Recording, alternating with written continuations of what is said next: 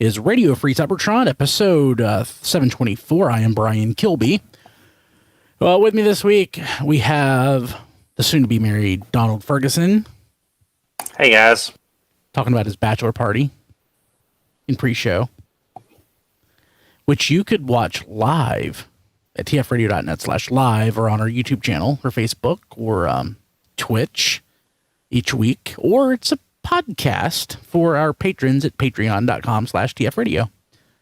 I'm sure they want to watch me falling asleep in a chair. That's just riveting drama there. No. Yeah, that was I BotCon wanted 2012. I wanted to specify there. You can watch the pre-show live. As far as I know, we're not streaming Don's bachelor party. We could. No, Don's bachelor party, Don, I'm thinking this. You could come over to the house. We could play Xbox on the projector, eat wings, and tell Don stories. It'd probably be the story about, Chicago and you keeping that furry pizza, in your hotel room for 4 days, keeping it hostage as you eat it slowly over the weekend. Actually, Blade asked about the date. We're doing it October 8th of next year in 2022. And we are going to either be live streaming the wedding or we'll be recording it and putting it up for family and friends that could not make it. Do you need help with the live streaming? I've done that before. I don't know. It's a work in progress.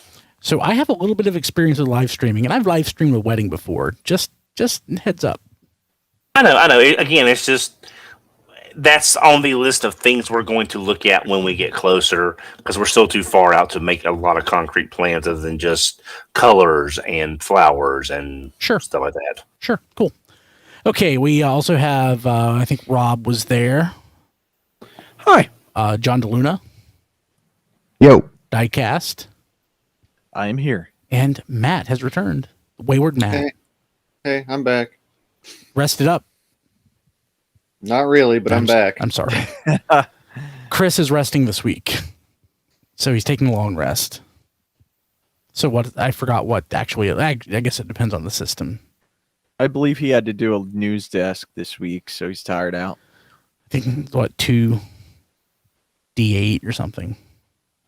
Healing, I don't know. Okay. Oh, man. So, trying to figure out, what order to do stuff in. There's some news this week, unlike last week. Probably should cover this first. Hasbro sent us a nice box of stuff. Let me pick it up. Oh, box is beautiful. The box is gorgeous. Okay, if you're watching on video, it's backwards because I didn't fix that. But it's Kingdom Box, and I posted pictures and stuff on Twitter. I don't really have a free hand right now to show it off with. But it's got a couple of Kingdom figures, a couple of Netflix figures, an IDW comic, a special edition of Beast Wars Season 1, and 4 little mini prints that, not like Prince as in, the singer, but Prince as in art prints. So it's pretty cool. Let me see if I can show it off. Hopefully I didn't set this up beforehand. Just send that to my house. You don't have room for that. This will get displayed as soon as the office gets put back together. You really don't have room for that. You should. Let's see. Here, does this work? Yes, it does. So, let's see. The figures were Eraser, Ractonite, Decius, and Cheetor. Which one's Decius? Ironhide. Oh, that's the black Ironhide. DCS soldier drone, whatever. Yeah. Black Ironhide lathered in silver paint. Yeah. I don't want to talk about it. Yeah. But I did see, Matt, someone cleaned off the battle damage on Galvatron, and it came off pretty good. Thank heavens for small favors. But yeah, it's pretty awesome. Thank you, Hasbro, for sending this. It's really nice of you. The box is beautiful. The box is smaller than most of the other boxes they've sent. Not complaining, because some of those are way too huge and it's hard to find a place for them. But this is far and away the most beautiful box. It is gorgeous. It is a work of art. Here's Theseus. Yes. Or that's his name. I didn't even realize that was his name. Or is it the Theseus drone or something? Wasn't Theseus one of the Decius was the Quintesson that yeah. cut all of his other faces off. Yeah. Yeah. So yeah, he's really cool. And he would be Diaclone if it wasn't for all the silver. Yes, Pretty it much. was so close to being a toy that I wanted. So very close. You can fix it. Yeah, because it's definitely black plastic. Yeah. So So let's see. Go ahead. but yeah, no, go ahead. I guess what I was going to say though is, yeah, it looks great. So that will actually really help because I couldn't find that sheet where. I still actually have the Voyager or the $40 assortment, whatever they're calling that. Have those shipped to Walmart's? No. Okay. I don't believe so. I think there might have been a sighting in Canada, but What, the Netflix Wave 2? Yeah, they're in Canada. Yeah. Yeah. They're here in the US. no, Netflix They are? Wave 3 of the Voyagers. is Or what whatever you're they saying. call Oh. the scale. The Okay, two sorry. packs. Seeker and Optimus Primal. Yeah. Oh, I sorry, think they're I in misunderstood. Canada. Okay, I misunderstood. Sorry. Cool. Yeah, but yeah, thank you again. It's beautiful. It's going to be nicely displayed. So. That's awesome. Yeah. It is really cool. And Hasbro actually also sent me, so for the live stream, they promised like a swag bag of stuff. And I honestly forgot about this. So they sent some other stuff. It's like a nice little assortment. But the coolest thing is a Nerf gun from Fortnite. It's like a pump shotgun. I'm gonna nice. Yeah, I'm gonna have fun like shooting at my. I can't point it at people. Shooting at my walls with it. You should never point a gun, even a Nerf gun, at people. I always like to take those to cons and, not shoot them at people because that would be wrong. It is wrong. Yeah. Cool. Okay. So, what else? What else is going on? Anything? I don't know. I haven't pulled the show notes yet, but I think there was an interesting reveal from Hasbro this week. That's the news, Don. We haven't got there yet.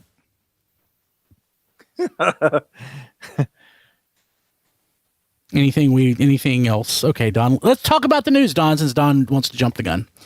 No. I'm trying to keep the number of windows open down, so I didn't know how far down the list that was. We hadn't got to the news yet, so it's the first item on the news. Well, what if it was the last item of the news? Then Well, we would- there was one item on the news until he added something else. Okay, let's jump to the news. Don, why don't you tell us about the news? We're getting Shattered Glass Megatron, and I am shocked that they actually made that Siege or the Siege/Earthrise Megatron into a mold into something else that I'll actually buy, which is like, because I thought G2 Megatron would be it, and they actually found a way to make me want to buy that Shattered Glass Megatron. It's pretty. It is. Yeah, I mean, we have an RC News Desk about it. RC News Desk 140. You can see that at tfradio.net. And it should be it's on the main page. That's how I It's find the first News item up Desk. there, yeah. Yeah. Super cool for if you're got anything longer than like a 5-minute car ride, because they're about 5 minutes and they're perfect for car rides. That's when I listen to mine whenever they're posted on the way home. Nice. Yeah. And Chris was mentioning that, he didn't think it looked, I don't think he thought it looked very good for vehicle mode. I apologize if I'm misquoting or misrepresenting how he felt on this. He wasn't underwhelmed. He wasn't overwhelmed. He was whelmed.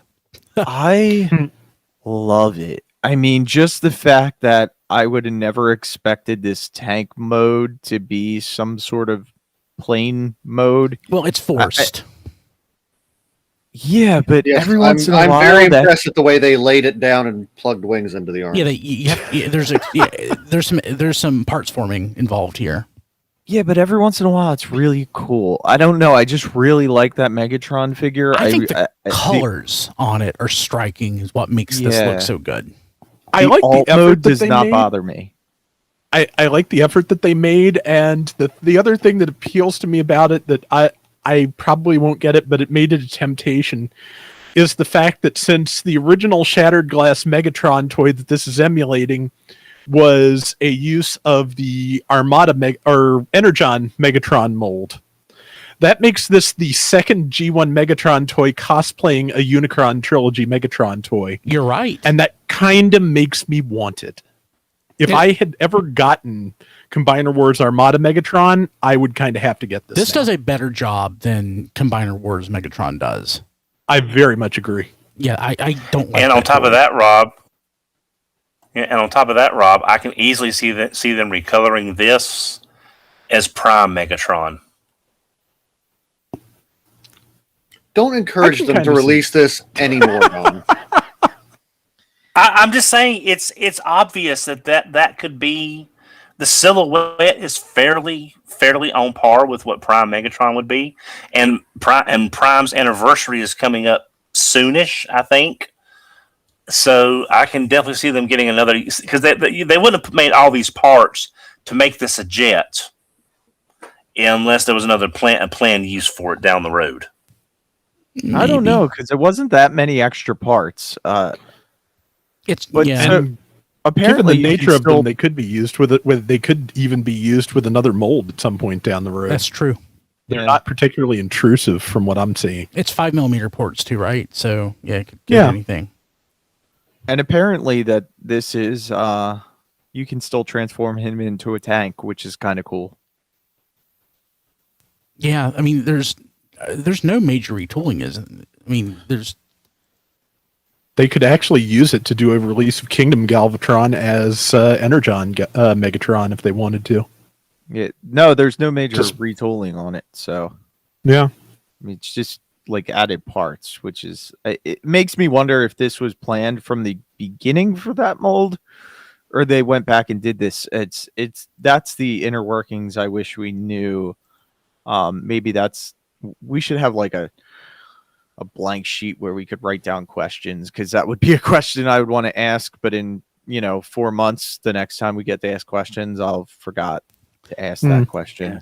The only thing that really kind of irks me, and it's a very small irk, but it's going to be a 5-issue IDW Shattered Glass miniseries comic. Okay. And if we're getting one per every figure, is it like, I doubt this would be collected. I mean, it may be collected on IDW at some point down the road or on Comixology. But if you get really invested in the story, what if it comes with a figure that you don't particularly care for? How are you going to get invested in the story if it's like one per character? Well, I'm just saying, if you get one or you get two, you kind of want to see where it all, Just don't read it. Or is it like a spotlight where it's just about that character? Yeah, I mean, that's that's sort of kind of what I was thinking. It might not be. I mean, I don't know. It just says the story behind the Mirror Universe is explained in a special 5-issue IDW Shattered Glass miniseries. It could be spotlight. That does make me think that they're all connected. Yeah, like I'm much more likely to just not care, not get caught up in something than to get caught up in something and be disappointed when it doesn't get finished. Like, I never watched Firefly, but if I did, I wouldn't care that, they never, finished it or whatever. I don't care. I mean, I'm getting all 5 figures. But if you're one of those people that you only want 1 or 2, if you really want to see the whole story, I'm sure you'll be able to somehow. Yeah, it just sort of strikes me as this is also a lot more BotCon in theory, other than just beyond being Shattered Glass, because the whole fiction of this universe is being created just for this one series. Just like BotCon, the individual sets, its only existence was in the fiction that came with the set. So this is all the representation they're going to have for these characters. So it kind of makes it a little more crucial if you're a fan of like for me, how the fiction is important to tie the characters together. It's like we've talked before, how important the fiction is with a BotCon set to give these characters context. It's almost like they're trying to fill in the gap of, not having a BotCon. And I think you're absolutely right. And this feels more like a BotCon set than anything has before, since we lost BotCon. And I didn't even think of that till you just mentioned it, Don. So thank you.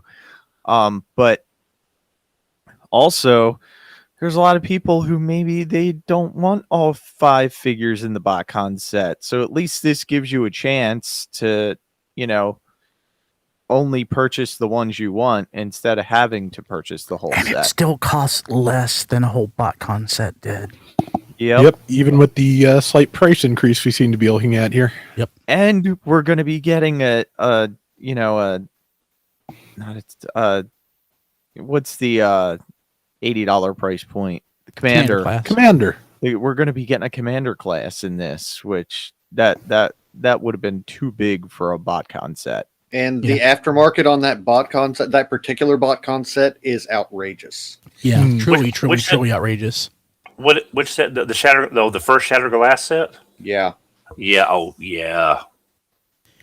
So we also are we good to move on to the other item out of this? So there was another report that due to the cost of materials and transport, that the cost of Nerf, and you have to assume everything else, is going to go up. So that's the thing is that's been constant. Yeah, I mean that's No, the cost of everything is going to go up. They're just blaming Nerf and board games. Yeah, I mean, but it sucks. It sucks that the cost goes up, but the cost has been going up for the entire time I've been collecting. I mean, in the last 10 years, maybe 12 or 13. Yes, it has. It's roughly gone up about 50%. 23 years ago, a deluxe was $10. Well, I was thinking, Yeah, that's 12, 15 years more ago. than 100%. Deluxes were $10. Well, yeah, but like in the last 20 years, it's gone up 100%. When Classic Slash in 2000, those deluxes cost like $9. Mm-hmm. Now they cost Yeah, the 22. the prices were stable for long enough that there can be an expectation for it, but that expectation is pretty well long gone. Yeah, but it's just one of those things of everybody gets to figure out how much they want to keep up with this if they can. I've done that plenty enough right now. Luckily, I'm able to keep up. If the prices keep going up, I'll figure it out then. yeah. Yeah. Like you can't get blood out of a stone. So, I mean, they can keep raising the price, but I'm just going to have to cut back with what I'm buying because I can't afford to buy more and more stuff at higher prices. Yeah. And we're not sure with this Megatron if it was basically it started at $29.99, which is the standard, Voyager class price point right now. After a little bit after the Pulse premium exclusivity on that expired, it went up to $36.99. Now we don't know if that's because of the price increase or maybe was not supposed to be the price the whole time, and it was a price mistake from Pulse because we have seen that before where they put things up at the wrong price. But I think the Megatron it's obviously painted really well, just like the G2 one was, but it also has extra pieces. Maybe that's why MSRP, let's say, should have been 36. And I would think that if there had been like an intentional move to give it to Pulse Premium members at a slightly lower price than everyone else, they probably would have made mention of that to in any kind of the promotional stuff, which they don't seem to have done. Yeah, that'd be a selling point. Yeah. So also, and keep me honest here because I don't want to be wrong about this, but there was Hasbro released their quarterly results. Doesn't matter really what the results were. I think they were okay. But I believe in the results, Hasbro had noted that they are looking into potentially utilizing non-fungible tokens, NFTs, in bringing them into their portfolio of products. All right. I'll be the one. Someone explain to me what an NFT is. So basically, an NFT. So you know what, like Bitcoin is, or something like that, right? Vaguely. So think of it as you have a digital asset. It could be an image, it could be an MP3, but typically it's like an image. It's a way to tie an image to a record on, I guess, the blockchain or something like it, where you can track ownership of that asset. So you could say there's 1,000,001, pictures of Don Massey attacking Don. There's 1,000,001 of those pictures that are authentic and that have been published as NFTs. And basically those 1,000,001 pictures, we sell them for $1 a piece. We make we get $1,000,001 minus whatever overhead there is. Then every time they're resold, whatever the resale is, we get even a cut on top of that. It sounds cool and all. Actually, it kind of sounds shady. Yeah. But the thing. So my biggest concern with it is the fact that I think that I just don't I trust the technology. I don't trust people. I think it's dangerous. I think that people like myself who have issues with collecting things. It's kind of like it's almost like gambling. I could see it being dangerous, but the concern that most people are having with it is the fact that it does consume a tremendous amount of electricity. Now, there's a lot of reports. I don't know how much of them are substantiated as to how much energy it requires, but it is a substantial amount. It's an inordinate amount of electricity. When it probably orders of magnitude more than you think. So, it is not environmentally friendly. Beyond which, it's a digital receipt for that supposedly makes a file unique when the print screen button still exists, when you can still go into your browser and hit inspect element and download whatever the file is. It is speculator market nonsense. It is an imaginary deed to the Brooklyn Bridge. It is nothing. It is absolute unicorn farts. There is nothing there. Yeah, you don't own the image. You own like you said, the receipt to it. Or that's what you own. Like I did the digital Garbage Pail Kids. I bought like 5 packs of them. I think I mentioned this a year or two back when they came out, just to see what in the hell it was about. I wish I'd have bought more. I bought them. I said, this is stupid. I wasted my money. And I just let them sit. Then about a month later, I said, crap, let me see. Let me go look at these. And I saw that they are selling. I quadrupled my money on these things. So what did I do? Before I sold them all, I just right-click Save As. I saved them all to my desktop.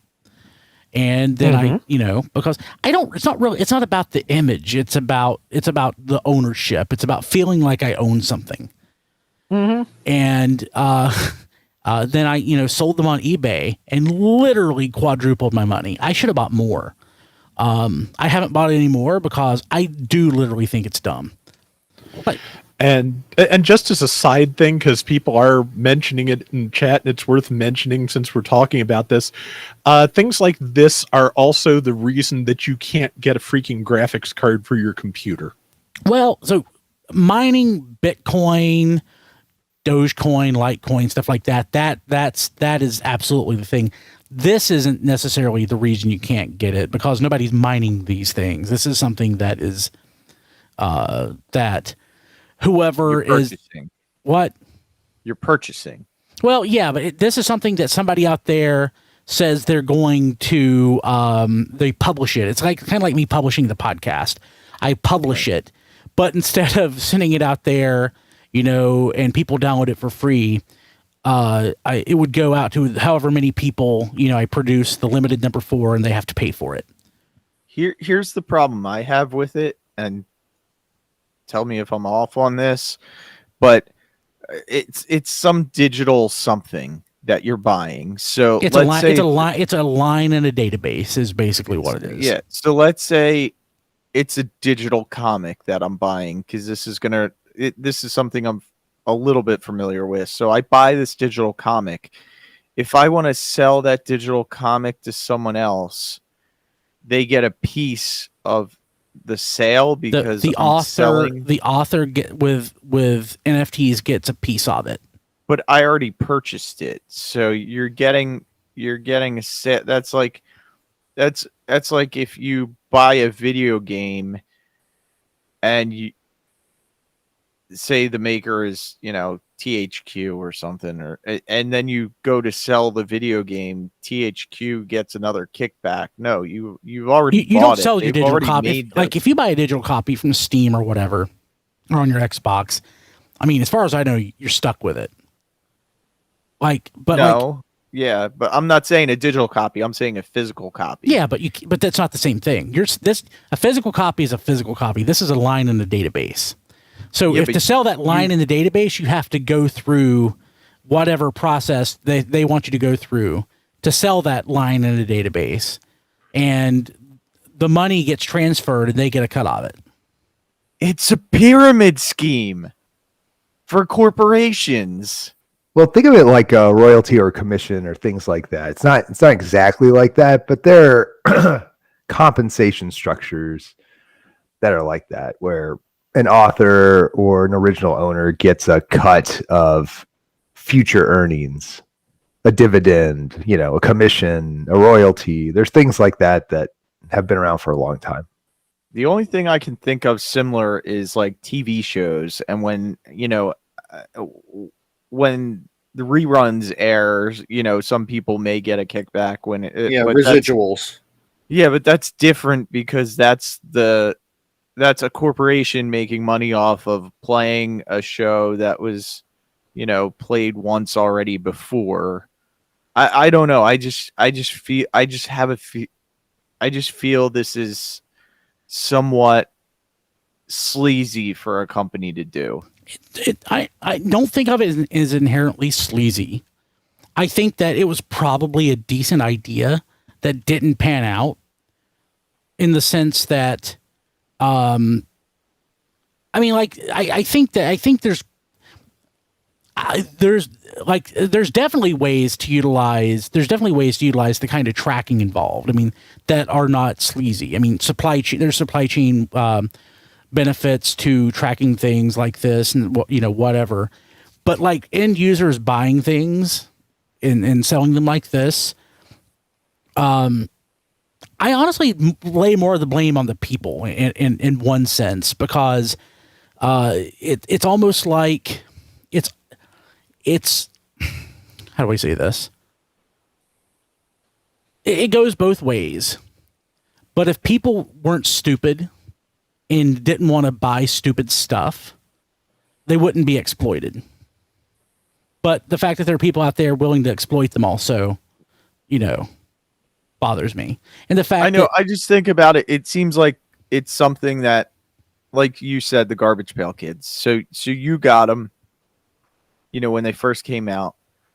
People probably didn't know about them or didn't buy them at that time, and now they want to buy them. So it's going to cost them more. Yeah. So, but now the original corporation is making money off that, as opposed to It's like not a necessarily NECA original figure. corporation. Jose Delbo, for example. Well, sold a no, I bunch- mean Hasbro is a corporation. They're going to be making yeah, but it doesn't additional have to money be. off Doesn't of it. have to be. Doesn't have to be. I'm just saying, yeah. As Hasbro, I'm trying to leave their name out of it because I'm sure there's other corporations that are going to do the same thing. But corporations making money off that again. Now, NECA, we were talking about. Hold on, I was in the middle. figures- I was in the middle of the thought when you started. Sorry, let me get back. I'm sorry. So I think it goes both ways. Let me sort of backtrack. So one, I think that people are being exploited. They're sort of making themselves willing to be exploited. Two, it's unfortunate that there are companies out there that are willing to exploit them, which is, unfortunate. And fudge, I've lost the point that I was trying to get to that people in the chat are commenting on. Give me 1 second to collect my thoughts because I'm going to have to edit this. And I did not want to have to edit this. But I had a big You're point. right, Delbo. Yeah, Jose Delbo. Shoot. Hold on. There was a point that I was trying to make that I wanted to get done before the conversation was done. Hold up. Talk amongst yourselves. Talk amongst yourselves. Diecast. I'll go in and reinsert what I was going to say. Say what you're going to say, and then I'll go in and put what I was going to say back in the spot. Okay, I was just feeling like, when NECA has a figure and it's up on their website for a week or two, it's the same type of thing where if someone buys it then and then chooses to resell it when they get the figure or down the line, again, it's going to be at a higher price because it's not available through NECA anymore, and the demand is going to be higher, and it's most likely people who didn't get the figure when it originally came out because they didn't know about it or anything like that. Like I am with the original Turtles. I don't have the original Turtles because, it would be a much higher cost for me to get them because I didn't get them when they were originally out. But NECA's not making money off those additional sales. Like, oh, we sold you Turtles and you resold them, so you have to give us some money. That's how I look at it. I know it's digital, and digital is a little different, but it still seems a little sleazy. Yeah. So the point I wanted to make a moment ago is it's not inherently sleazy. It's not inherently evil. It's not inherently stupid. A second ago when I was saying that, people are making themselves willing to make themselves be exploited, and companies are willing to exploit them. Those are two unfortunate outcomes of this. There are potential benefits to this. Selling digital things is cool. Being able to sell art is cool. Being able to sell, audio is cool. Being able to, make it easier is neat.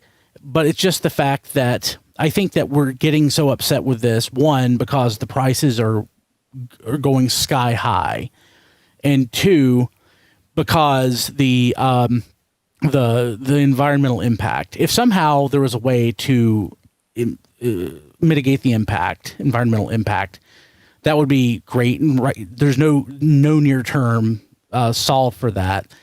But two, like the fact that the prices are going insane, if we want to avoid that, why not utilize just something like we already have, like iTunes or any other conventional, shopping platform? Like, this almost seems like, I think I'm going to backtrack on what I was saying. Maybe it is really intentionally scummy and sleazy. Maybe it really is. I take back what I said. I think that this is inherently a scummy and sleazy platform.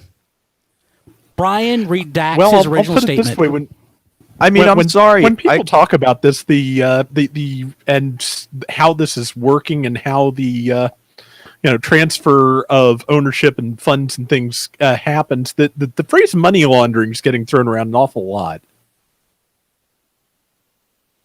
I'm sorry. I'm the first one to admit that I even reading the article, I didn't understand exactly what was going on, and I still may not 100% comprehend exactly what's going on, but it just seems a little off to me, and I could be totally wrong.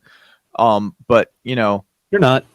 again, the environmental impact for a company that's trying to be more environmentally friendly with their packaging and stuff, that just seems like the wrong thing to do.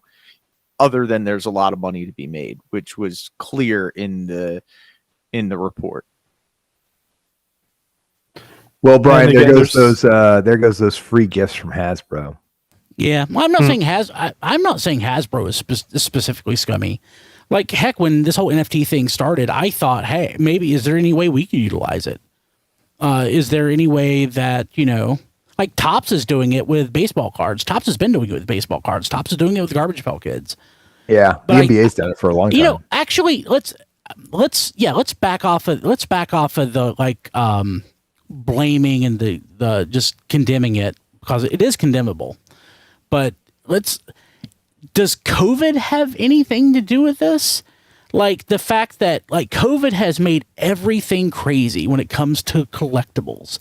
If we were in a different environment where like with baseball cards, stuff that I used to level furniture with, like, things have quadrupled in price. Stuff that was garbage before is now,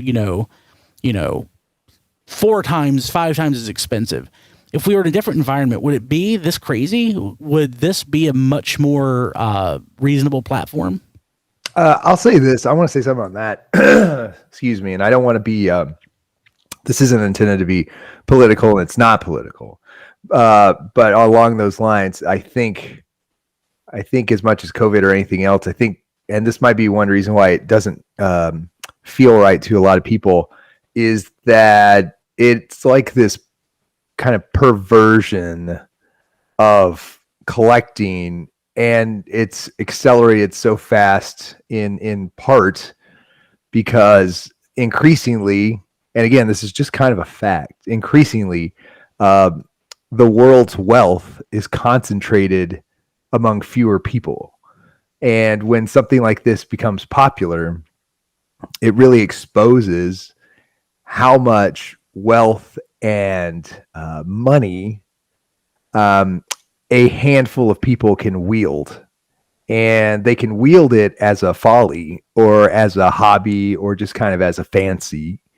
And they can afford to pay millions of dollars for a JPEG, basically.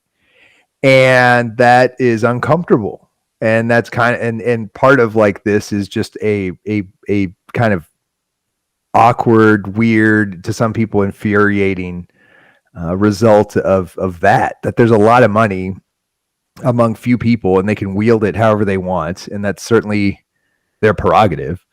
But this is the result sometimes, is that things that just don't make sense, and it's like what is this? The rest of the world is just kind of watching, just kind of confused and flummoxed that like I can't believe a digital baseball card is selling for this just because people want to do it. And we live in a world where people can do that. And that's happened really within a generation or two of humans, of mankind. And it's just hard to comprehend. So I think that, yes, Brian, I think there's lots of reasons COVID might be on the list, but just the fact that people can do this is part of like the thing that's just perplexing to people. Like, it feels like this shouldn't be possible. Like how does somebody have $10 million for a baseball card, a digital version of a baseball card? But they do, and it's happening, and it rubs a lot of people the wrong way. I got a couple of things to add to that, if you don't mind. One thing is that just kind of reminds me of one of my dad's favorite shows on TV at the moment is Adam Ruins Everything. And he did an episode about basically the world of high art, collectible art, and it is basically, in and of itself, rather a money laundering scam. And this is basically the same thing, except again applied to, imaginary receipts honored by a random accounting system distributed amongst, you know, a million computers elsewhere in the world that says you own basically nothing, an endlessly copyable computer file. So yeah, it does smell of a scam. It does smell like nonsense because, frankly, as I said, it is nonsense. In terms of, has COVID affected the collector's market? I would say yes. And again, this is not intended as political either, but you know, a lot of the people who have gotten their economic stimulus checks, they've needed them to survive. It's made it's made just getting through this possible.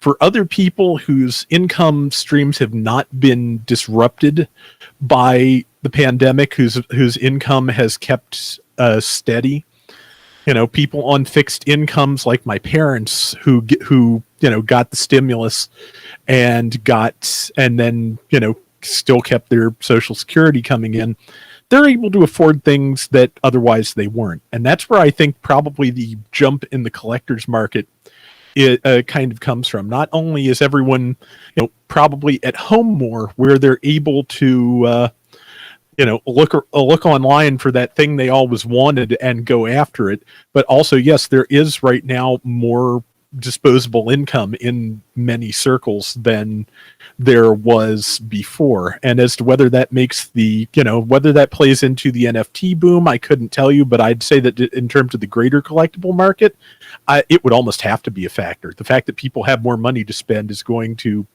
you know, going to push up the prices of things like that. Yeah, I totally agree. This is I don't know. This is really interesting. I mean, I think there's to your guys' point, I think there's some meta aspects to this that, you know, I don't think has made its way into the common discourse. Twitter is not the real world. That's the thing that I hear all the time is Twitter is not the real world. But I interact with people mostly in Twitter because I don't go out. So well, the problem is the real world is money. That they want to make money. They're a corporation. They want to make money. They want to make a product. They want to make it as cheap as possible, but still make a good product. That's why, you know, I believe in the one report they said either they're going to have to reduce their earnings or increase prices. Well, they're not going to reduce their earnings, so they increase prices. So that's what's happening, and that they're probably looking at this NFT. Am I saying that right? Is it? Yeah. NFT as a, you know, we're going to have to pay very little for this, but our returns are going to be very high on this. And the residuals are going to be very high on this. So, I mean, that's the whole thing that's driving them to make this decision. I don't even know the decision was made. It could have just been an offhand comment that that made its way, or even something that made its way into a PowerPoint deck, and work really hasn't even. They're considering to boost their earnings. Oh yeah, so no, of course that's the case. Totally about the dollar. Of course it is. Not about the content, and maybe it'll change. Maybe they'll focus more on the content. But the way it came out through the earnings report is, which I think is why I partially have a problem with it, is we're focusing on the dollar. We're not focusing even on the content yet. We're just focusing on this thing we know we can make a lot of money. So on. I just want to point out, I did not listen to the earnings report, so I don't know the context. I want to be very clear. So having listened to hundreds of earnings reports over my career, one thing that is very common is that you have your earnings report. The CEO or the CFO reads it, and then it's done in a conference room.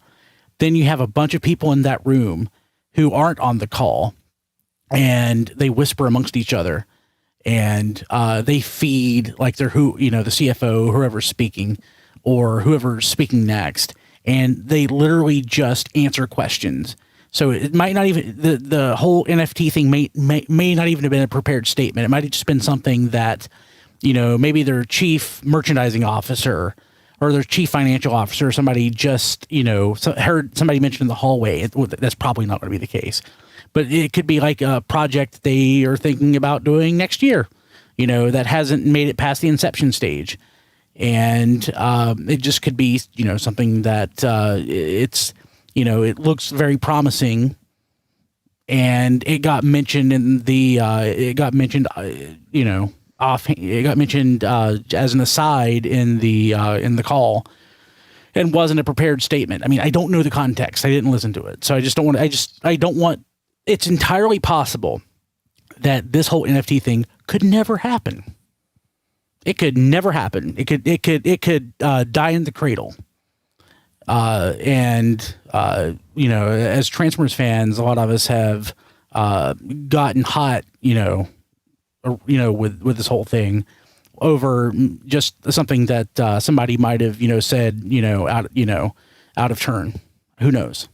If it was out of turn, it shouldn't have been included in the earnings report, because I always see the earnings report as we see products, we see reveals, we see this, it comes out, and then after that we get an earnings report. Like the earnings report, like people talk. I mean, like investors ask questions, and then it's somebody's job to come up with an answer on the spot, and they have to come up with the answer, and that could have been something that they just included in the answer. It's not like it's something on a PowerPoint deck specifically. It could have been. Yeah, I didn't look at it. I don't like NFTs very much, but in terms of communicating with your shareholders, if there's a lot of money going around in something and it's very high profile in the news, which this has been, I can see it's where you just basically almost have a responsibility to say, this is at least something we're investigating. Not necessarily we're going to do it, but it's something we're looking into, because if there's money there and it's something that you could do, it's something you'd want your shareholders to know you were at least looking at. I see that. I get it. Exactly. That's the perfect way of putting that, Rob. I'm going to edit out everything I said and just put what you said right there. But I think all companies have a responsibility. Of course they do. To look into it, to figure out the content, figure out if it's viable before ever mentioning it in an earnings report. And the people who make those decisions, they're not electrical engineers, they're not environmental scientists. If they have an MBA, you're lucky. So I mean. Go ahead. They don't. I'm certain that most of them don't know even half of what we've talked about in terms of what NFTs are and how they work. They just know that it is something going around. It is something that involves the blockchain, which they have talked about and learned about before, and there's a lot of money in it. So yeah, there's like I said, there's investigating to be done, and probably nothing may ever come of it, or in Hasbro fashion, they will do it a year later than everyone else and kind of half-assed. But that's just kind of how it works sometimes. A couple of people 2 or 3 layers down understand what it is, and then everything that gets to the layer that shares information with investors at the investor call, it gets filtered back to them through a layer or 2 that don't understand what it is. And that's sort of how at a corporation how things work. I just expect better. You can sell illegal drugs and make a lot of money too. It doesn't mean you should do it. So, don't know what to tell you. It's just how it is. Unfortunately, the world is not run by experts. It's scary. Oh, I'm not an expert, but I would have done a lot more research before I put it in an earnings call or an earnings report or. Well, it didn't. It might be in the call. It might not be in the report. I didn't look at the report. Yeah. I think that's the thing, and it sounds like it was an offhand thing and not a detailed plan to do this. It's very. I would think of it as very informal and not necessarily going to happen at this point. It's not. I'm pretty sure it's not going to happen at this point. Yeah, but. Yeah, I don't know what to tell you on this one either, Diecast. I feel like I'm having the same problem Brian was a few minutes ago. I feel like there's just some way I want to approach saying this, and it's just not happening. So I'm just going to quit while I'm ahead. Yeah, I don't think that it's Hasbro is worried about the fan uproar so much. I think that the bubble's just going to burst, and that it's just not going to work out. Like they thought. That's kind of what I'm thinking too. Yeah. Okay. That was fun. That was 75 minutes of in it. That's way more about that than I thought. So actually, as we started talking about this in the Discord, tfradio.net/Discord, Sean was like, why are we talking about this? You didn't let us talk about this last night. Well, he was talking about History on the Fives. That's a show about like things that happened in the past 5, 10, 15, 20 years ago. Unfortunately, Hey, he just needs to stick around for 5 years. 5 years, we'll be talking about it on History in the Fives. But if you're a patron at the touch tier level, you can be on History in the Fives, and 5 years from now, you can talk about it. That'd be great. I would love for you to do that. It'll be wonderful. tfradio.net/Patreon or patreon.com/tfradio. Oh, Diecast, your comment about converting this to pop collectors is perfect. Pops are plastic NFTs. That's exactly right. Yes, pops are basically a receipt saying I like this thing. Yeah. They're an approximation of the thing. That is perfect. That's great. Because I don't have enough information to worry about the other thing I'm taking out of the show notes, but the long and the short of it was, it looks like there might be some moving around of people in roles at Hasbro. Not anybody leaving anything, but maybe some rearrangement of folks. Yeah, what it looks like, do you mind if I go into it just a little? Sure. What it looks like is that John Warden's team, which is responsible for Power Rangers and Ghostbusters, is also going to be taking responsibility for G.I. Joe, and Lenny, who'd been working on G.I. Joe already, is going to be back working with them. So yeah, that's pretty much all John's tweet said, but it sure doesn't sound like bad news from here. No, it's probably a good thing. Congratulations to John. I like John a lot, and He's a great guy. I know he loved his time on G.I. Joe, so for him to be back on G.I. Joe, I think it's really good for the brand. Go Joe. Got to get tough. Cool. Okay. Anybody get anything this week? Diecast didn't? Nope. Rob? Wow. Yes, I got a couple of things anyway. I'll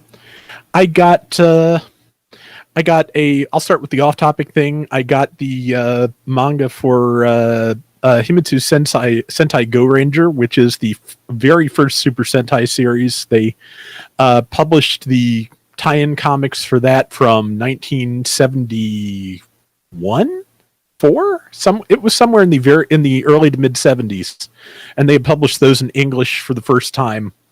It's by the creator of Kamen Rider, or in terms of the only thing prior to this of his that I think was ever published in English, the Legend of Zelda: Link to the Past comic that ran in Nintendo Power in the early 90s. Yeah, it's really interesting to look at. It's fun to read. I've seen a few of his some of his art here and there before, and just always liked his style. So it's nice. It's very cartoony, but it's got that like that pre-80s manga thing of you'll have very serious looking like shonen anime protagonist types talking to supporting characters that look like they come out of 30s Popeye cartoons. So it's just really kind of, it's great, but it just really does take some adapting, especially if you tend to read more modern things generally.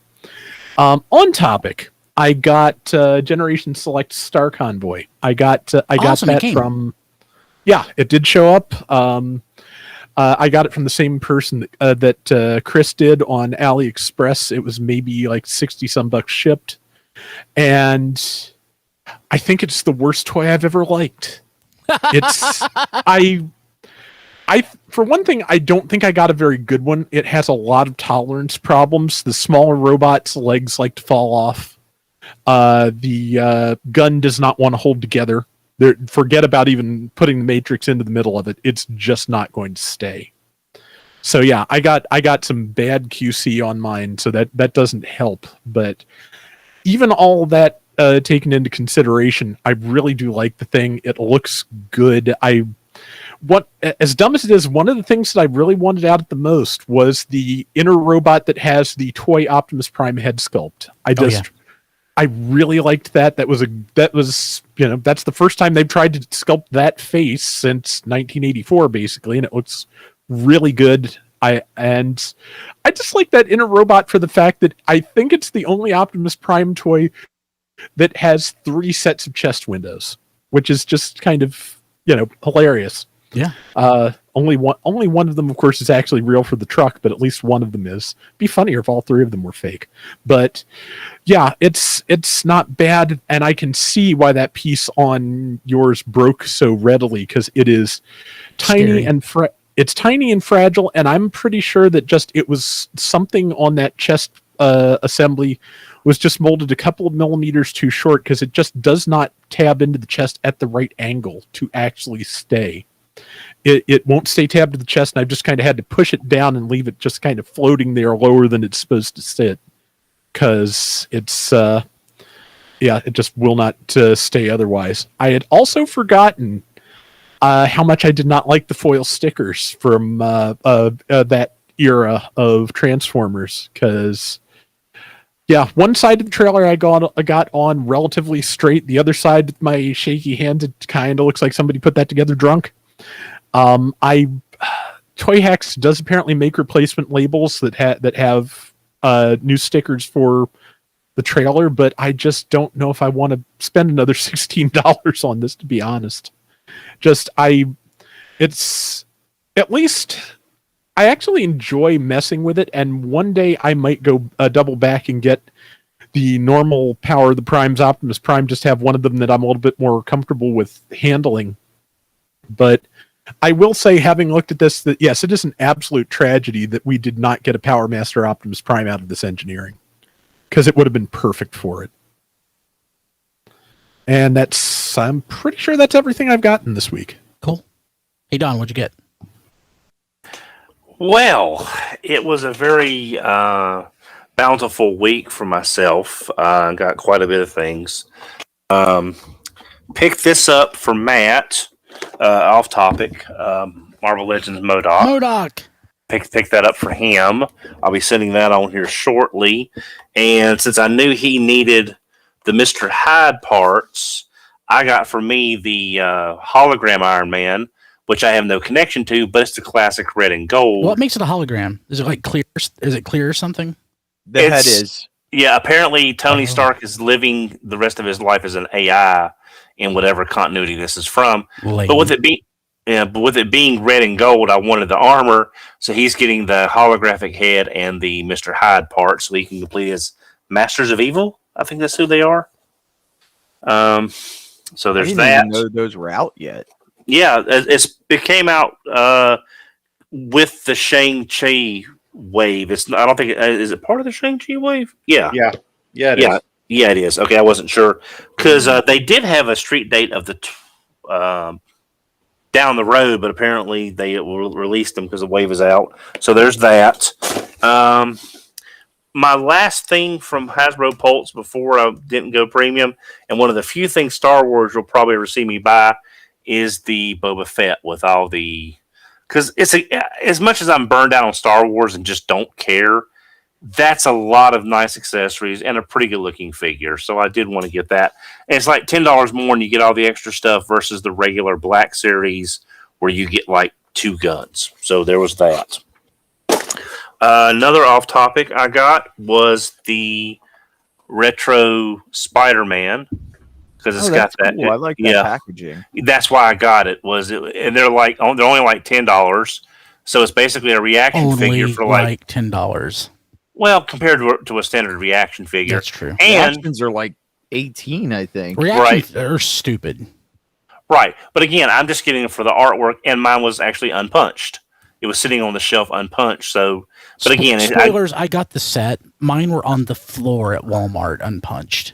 Oh wow! I don't like. They were like they were just on the floor beside the shipping box. I don't know what happened. The next day after I found this, I saw them at Walmart, and they were on the clearance row. They weren't clearance; someone just dumped them there because they couldn't find them. But other than this one, and I would like the Iron Man again because it's the classic red and gold armor that I like. So I got that.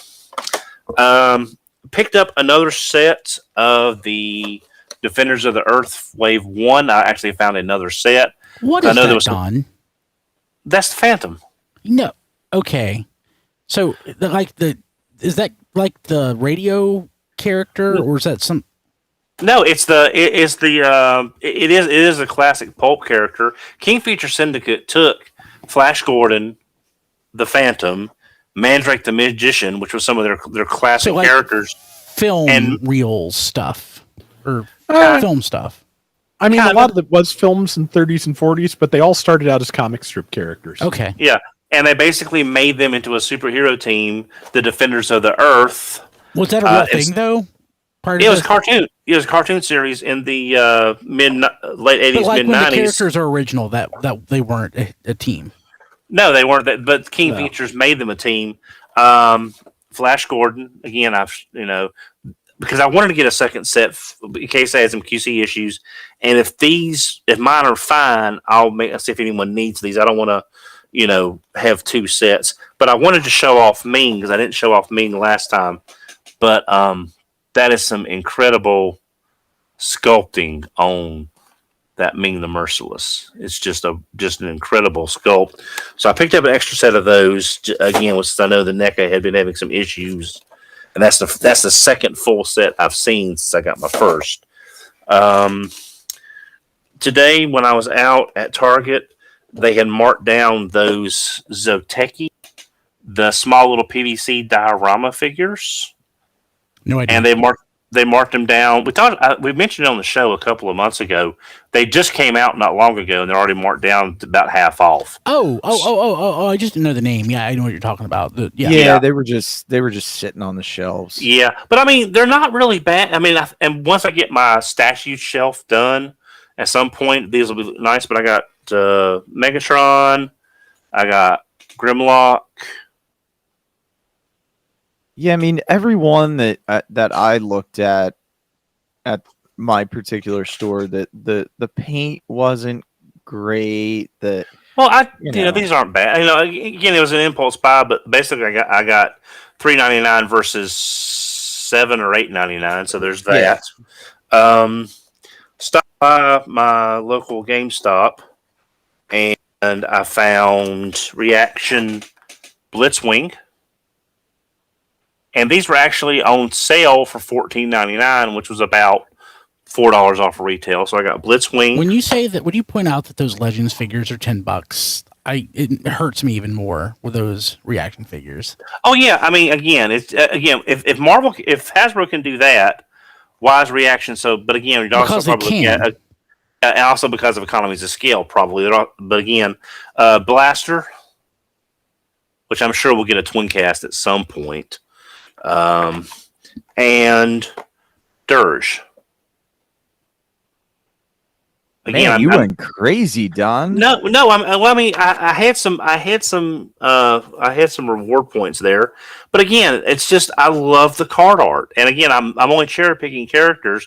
They had a Perceptor, but he's kind of the artwork isn't that great. But I love the card art on these. That's why I'm getting them.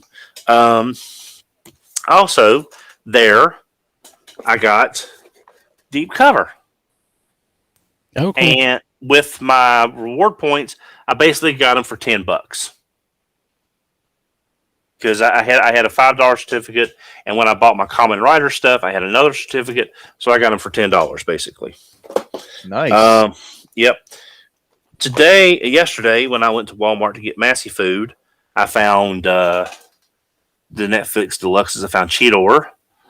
So I'll be selling my Kingdom Cheetor, that's for sure. Along with that pan.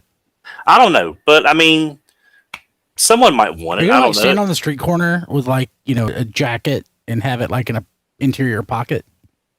No, that's not Supreme Cheetor. This one may actually sell. That Netflix Cheetor would have been perfect if they painted the legs like they were supposed to. Yeah.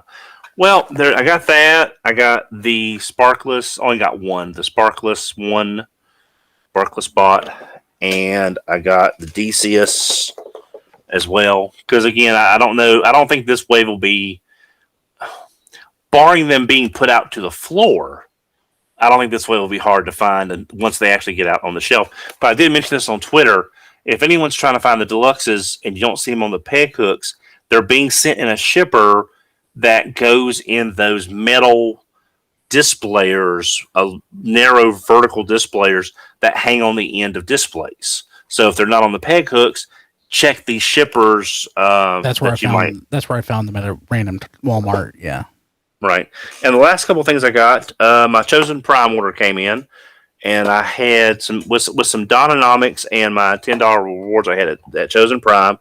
I got the Dr. Wu that I mentioned last week with the diecast, the Beast Box and Squawk Talk. Nice. Yeah, so that's going to. I wanted to give my Netflix Soundwave someone different to have than just the standard cassettes, and those look pretty good. I picked up Pytor, which is the Action Toys. They're still doing the Revenge of Kronos Machine Robo figures. So basically, he's what became Pytor in the U.S., just a more of a deluxe version. And even though I never read the comics, I know Getaway did a lot of questionable things from what I understand. Don't really care, but I've always liked the character. So I got the Mastermind Creations, the Exitus, which is basically a Cybertronian style Getaway. I love the colors, and I've always liked Getaway. He's my favorite Power Master, so I picked him up. So it was a lot of money this week, but with Dononomics and everything involved, I saved about $60 for sales and all that. Cool, John. I can't say that I got anything on topic, so I'll just go real quick off topic. I did. Mine's mostly off topic, so it's totally cool. I did catch up with my NECA stuff. So the main thing I got was the first two Punk Frogs from Invasion of the Punk Frogs, and a few other episodes. They were actually in multiple episodes of the Turtles. One bit of trivia: I went back and watched Invasion of the Punk Frogs last night, just for the heck of it, and I had not realized that in this first set you get Genghis and Rasputin, and Genghis the Frog is voiced by Jim Cummings, and Jim Cummings is actually all over that episode. He voices multiple people, so it's really weird to hear an incredibly famous, other than the turtle voice actors, an incredibly famous, but I'm sure at the time very young, Jim Cummings. Also, even though I did vividly remember this episode, like from the mind of a child, an 8 or 9 year old, I'd completely forgotten just how delightful the Punk Frogs are. They are so pleasant and friendly and charming. So anyway, it was really cool to get them. They are, again, the cartoon models. So they are pretty basic looking frogs, and they're all effectively identical to each other with slightly different like patterns on their clothes. Very different from the Playmates toy designs, for better or worse. And I'm sure Super 7 is going to do these guys at some point. But I'm very happy with those. Got them through the power of Twitter because they are very hard to get. One quick news bit, and then I'm done, related to that.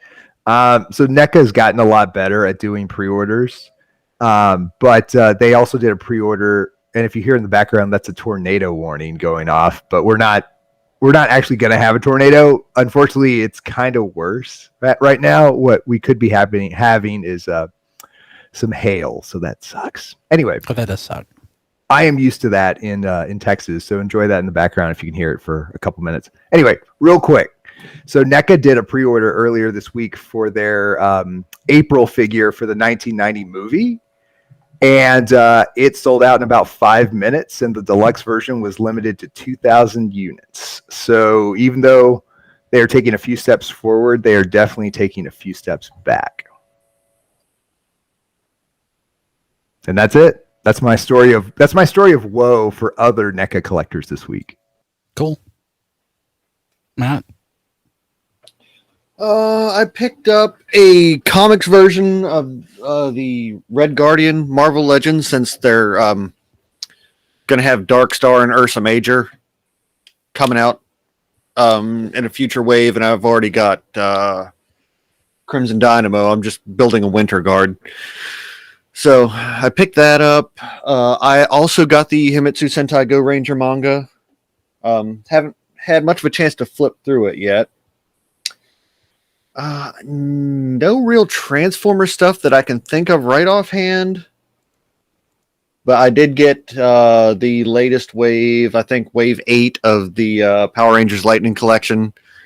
And we're up to wave 8, and they still cannot keep consistent decos between teams, or paint decos, or weapons layouts between teams. So awesome. Can't wait for them to raise the price on that.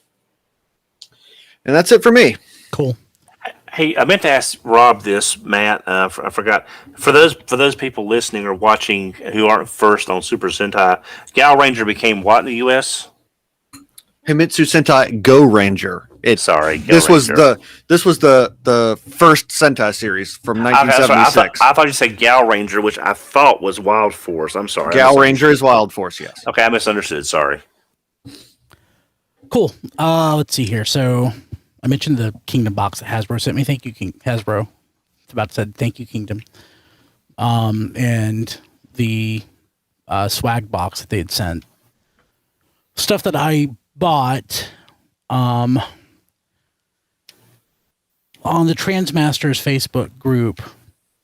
Tony had posted a picture of a McDonald's, a Walmart kids meal from their little cafe G2 puzzle, which I didn't know existed. I checked eBay. Actually, that's where he posted it. It was linked to eBay, and nobody had bought the thing. I'm like, it was like $4. Why is nobody buying this? So I bought it. And I checked just to see if there were any more, and there were 2 total. So I bought the other one. And together, they are frameable. So I think I have a total of like $8 in this. And this is the only 2 they had on the site, and the only 2 that I think that have been on eBay for 6 months. So it's a puzzle of G2, Optimus Prime. And he says, I am Optimus Prime. Actually, the puzzle's not of Optimus Prime, but it's still pretty cool. I had no idea it existed. Something I think John has, he may not. Maybe misremembering, but I don't know why I was searching for this. Oh, I know why I was searching for this. I was thinking about the McDonald's Transformer stuff. And I was thinking about back to that 1998 Transmetal set. And I was like, I wonder how much that display is. And the answer is very little. So dropped it. So I picked it up for like $30. It's half Transformers, half My Little Pony. Just pretty neat. You'd send the My Little Pony half to Don. Yeah, I know. I mentioned those Marvel Legends figures, the 3 3/4 inch. I don't know why I bought this. I don't like Jurassic Park that much, but I do like Samuel L. Jackson. So the Sam Jackson figure from Jurassic Park. It's a Mattel Jurassic Park toy line. Nice. Yeah. I have no idea why I bought this. I really honestly don't know. But he's got the whole Samuel computer. L. Jackson is all the reasoning you need. Pretty much. And he's 6-inch scale? Yeah. I honestly didn't know whether to mention this or not because I honestly forgot about it. I don't know why I bought it. I got a good deal on it. And it's my first. I'm not going to show it because it's in a box. And honestly, I opened it, looked at it, and put it in a box. It's my first, last, and only Hot Toys figure. Spider-Man 2099. Nice. Yeah, Ooh, I don't sweet. I don't particularly care for it. I don't get it. I don't know why people buy toys like this. It doesn't do a thing for me. But I love Spider-Man 2099, and I try to have at least one of every figure. Is there something about it inherently that you don't like? It just seems it's a doll. Is it the classic 2099 suit or the redo from a couple years ago with all the white? It's the classic suit, but it's like a metallic version of it. There's one version of it that's like very, very, very almost cartoony blue. Then there's one that's more realistic looking. It's more realistic looking. It was like $70 off of retail. And I literally I got a direct deposit on an account that I can't access except through PayPal. And I had to spend the money somehow. And I'm like, I might as well. I just literally had to spend it on something. So I saw that and I'm like, well, it just as an impulse. I spent it. So it's literally the only one I'm ever going to get. I just don't care for it. But it's a Spider-Man 2099, so I got it. So, I was posting to Facebook a couple days ago, last week, these crazy knockoff figures. And these I love. One of them is a bag of Thundercats. I don't know how to describe it because the paint job in a way is really bad, but in a way it's also really good. There's tons of paint on these things. Now the paint's not always where it needs to be, but they do their darndest. It's like they're slathered in paint. It's like 6 figures. There's like metallic paint. Everything. It's actually not bad. This whole set of figures is like $10. It's supposedly from Mexico. So I like that. These other figures, apparently these might have been at Big Lots in the 90s. Something called Troll Force. I got the Soldier Troll. Is that what he's called? It's basically, it's like a Masters of the Universe body with a troll head. I think I remember this. It's amazing. This one is like a wizard.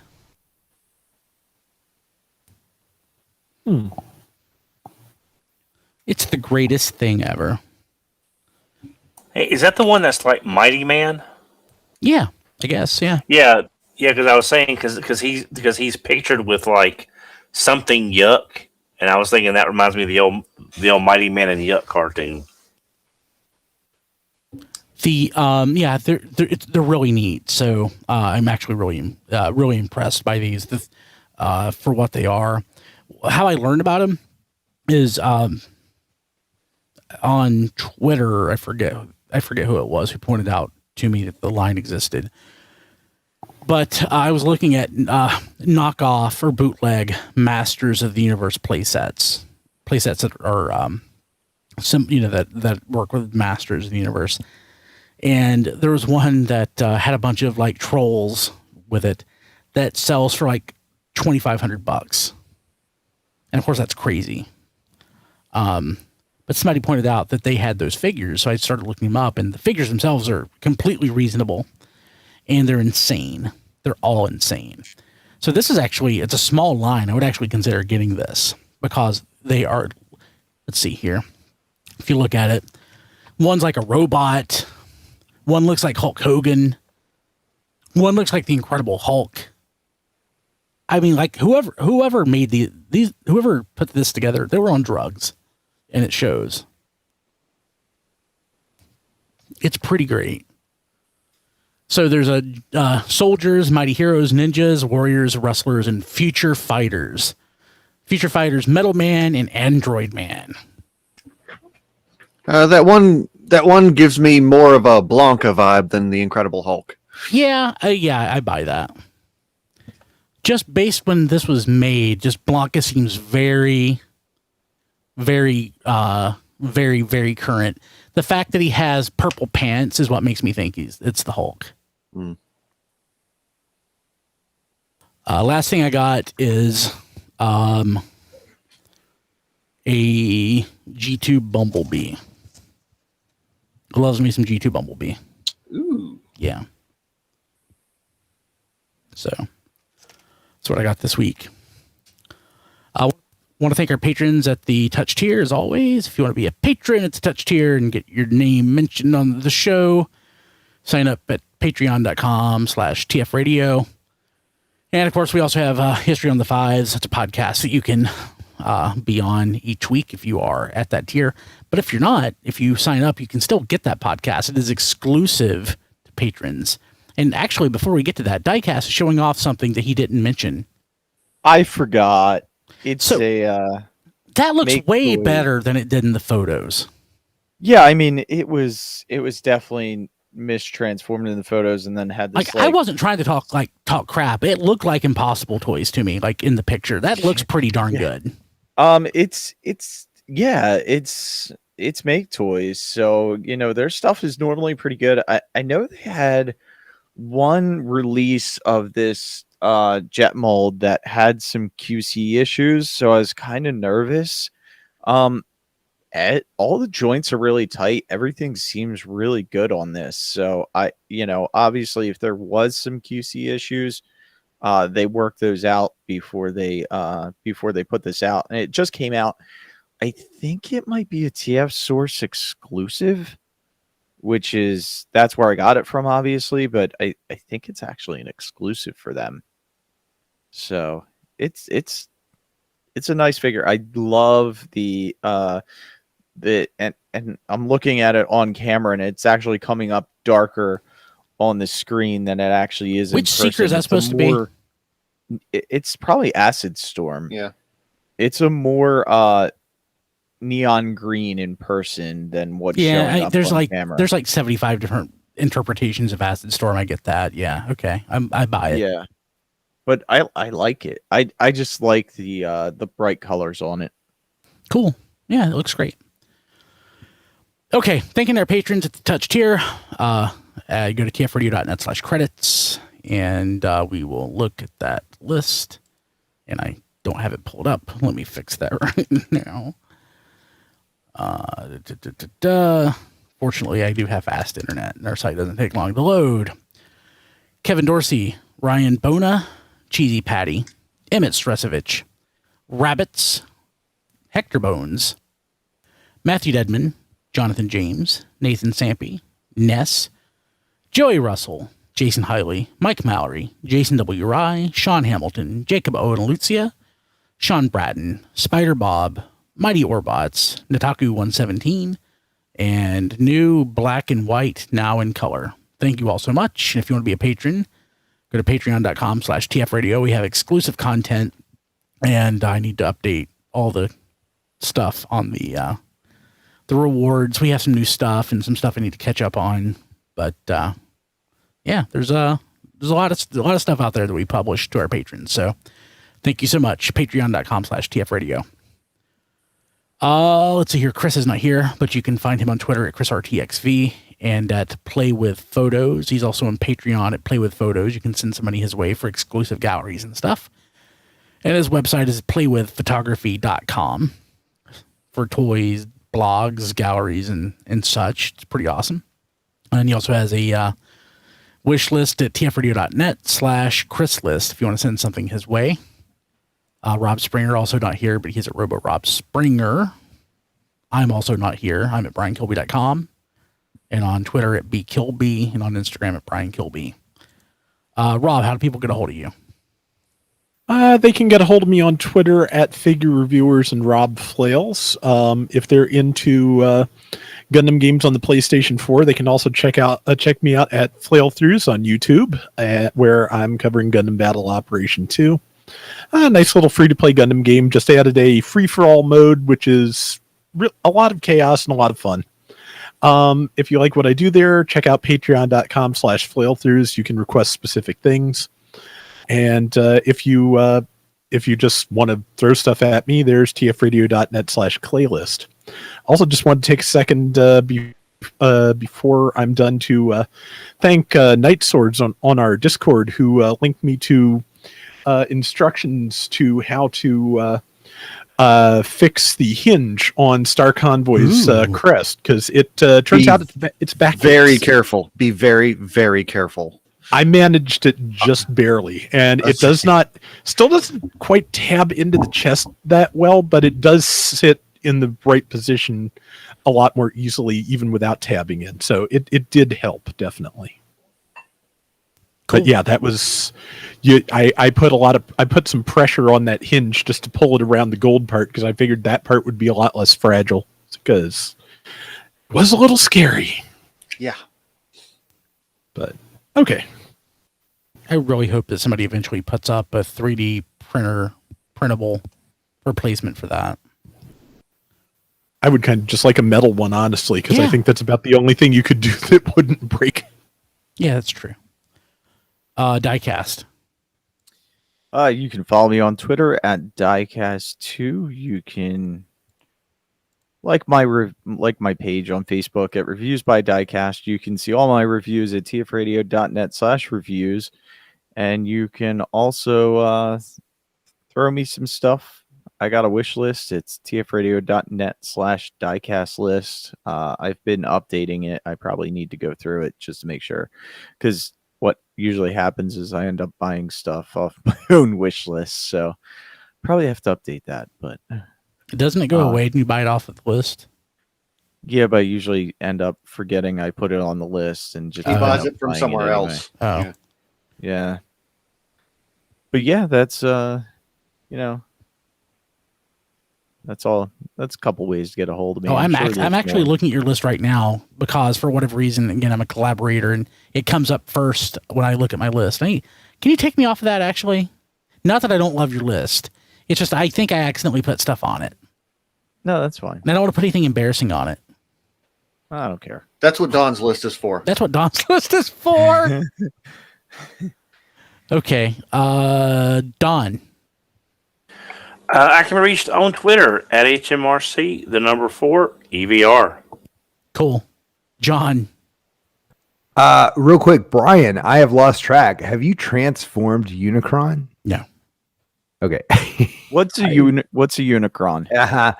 Also, I had to mention that at least once in the show for Diecast's sake. I was real quick on that note. So, I want to put him back in planet mode, but I also can't be bothered to spend another hour transforming him. So, I'm stuck. I'm just kind of in a quandary here. Anyway, you can catch me anywhere using the handle, username, what have you, that John D. And while I'm promoting that, you can follow us at TF Radio on Twitter, and we are currently having a sale on our TeePublic store that's up to 30% off. Depending on when you listen to this, you probably missed that sale. But if you follow us on Twitter, you'll know exactly when the next sale is. And we go from 30% to 35% usually store-wide. And this week, we even put up a new design for all the products. It's more than just t-shirts. It's t-shirts and mugs and masks and pillows and notebook covers and all kinds of stuff. We put up a middle-aged mutant toy collector logo inspired by the Ninja Turtles. So check it out and follow us on Twitter again, so you know when the next sale is active. That new shirt is awesome, by the way. Middle-aged mutant toy collector. Even Kim really liked that. So actually, John, I had a thought. I don't know if you could formalize it into a design, but just in general, some kind of toy widow design would be wonderful. Okay. Is that exactly what I think it means? Well, not literally we die, but wives who feel left out, or we go to conventions and they're left at home, or they're left to themselves while we destroy our lives with toys. Okay. You got it. I mean, while you destroy their lives with toys. Yeah, I've heard at conventions, I've heard wives call themselves toy widows. And Kim has called herself on more than one occasion a podcast widow too. So Cool. Okay. So, well, I guess we'll see you guys later. Have a good one.